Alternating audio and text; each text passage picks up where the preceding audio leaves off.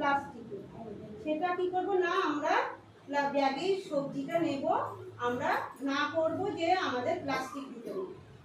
ওই প্লাস্টিক এনে আমরা এদিক ওদিক ছড়িয়ে ফেলছি, কিন্তু আমরা কি যত্ন করে রাখছি? এটা যত্ন করে রাখার মতন না। যে লঙ্কা পেঁয়াজ আলু সব আলাদা আলাদা আনবো না, আমরা ব্যাগে করবো। আর সবচেয়ে বেশি ক্ষতিকারক হচ্ছে ওই যে মাছ বাজারে যে কালো প্যাকেটটা দেয়, কেরি প্যাকেটটা, ওই মাছ মাংসের ওই প্যাকেটটা আরো বেশি ক্ষতিকারক।